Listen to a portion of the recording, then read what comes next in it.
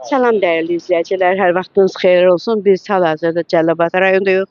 Şuşa Fatihi Coşqun Zeynalovun bugün 3 mərasimidir. Allah rəhmət eləsin, məkanı cənnət olsun. Atası buradadır. Əvvəl şəhidlərimizi ziyarət edək. İlahimizci Arif. Allah rəhmət eləsin. Ruhları şad olsun. Məkanları cənnət olsun.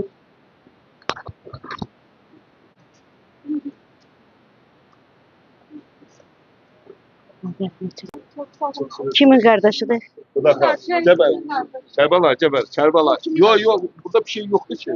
Allah rəhmət eləsin. Məkanları cənnət olsun. Allah rəhmət eləsin. Məkanı cənnət olsun. Şuşa Fatihi. Ruhu şad olsun.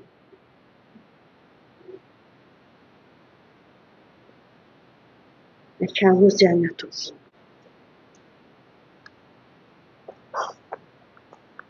Yo, adam çok idi, gelmişler şehir arkaları. Burada şehir kaldı, çok idi.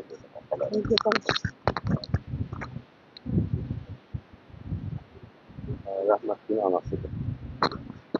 Şuşa Fatihi Coşqun Zeynalovun anasının məzarıdır. Allah rəhmət eləsin. Allah belə dövlətimiz olsun. Allah demək olar ölkəmizdə bütün nə bəla var, qara buludları başımızın üstündən götürülsün. Bütün Azərbaycan xalqına həmişə uzun ömür, can sağlığı arzulamışam. Dövlətimiz, yenə də deyirəm, sağ olsun. Cüzi olsa, biraz qazilərimizə və şəhid ailələrinə qiymət verilsə, daha da gözəl olar. Daha da bu xalq, gənclər ruh yüksəkliyi ilə vətənpərvər olar, vətən yetişdirər.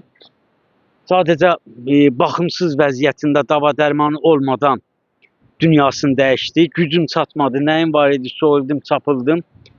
Ta 8 minə kimi demək olar ki, kreditə zada girdim ki, ayağa qaldıram, sağaldım, gücüm yetmədi.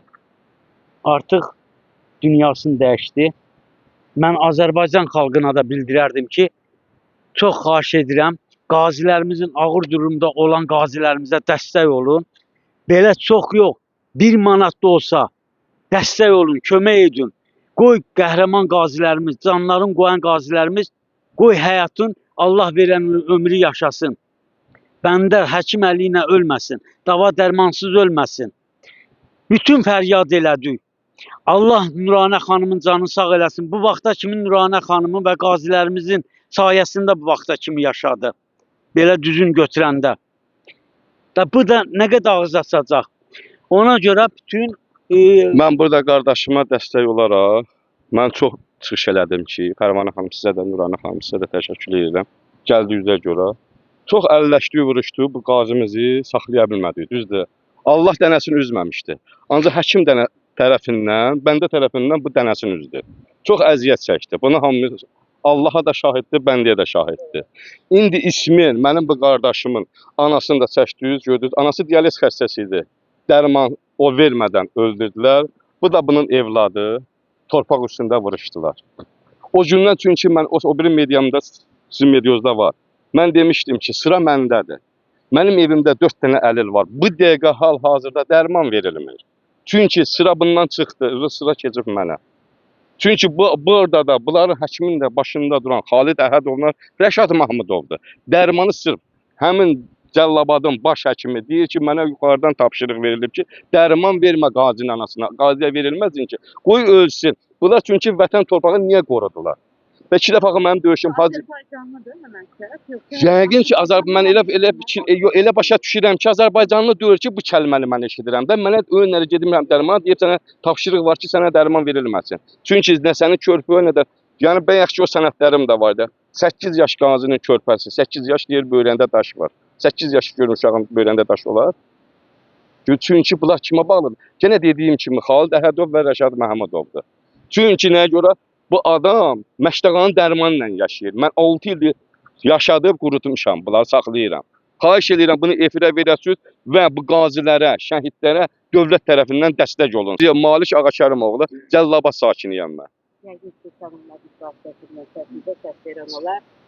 Uşaqları müalicə Bizim, edirlər. Bizim də kömək edirlər. bilirsiniz, bizim fikrimiz odur ki, bizim fikrimiz odur. Bizim yerdə qalan qazilərimizi itirməyək. Bu qazilərimiz qəhrəman olub.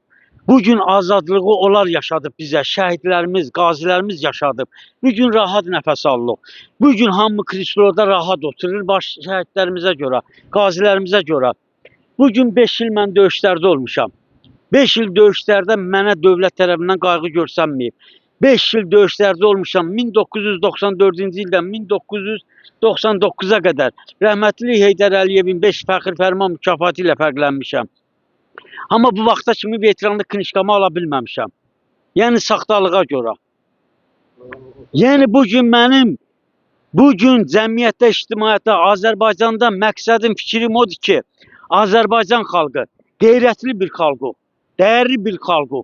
Allah bizə şuur verib, Allah bizə müsəlman adı verib. Bugün ağır xəstələrin yanında olaq, bugün qazilərin yanında olaq, bugün şəhid balalarının yanında olaq. Onlar gələcəyə qəhrəman yetişsin.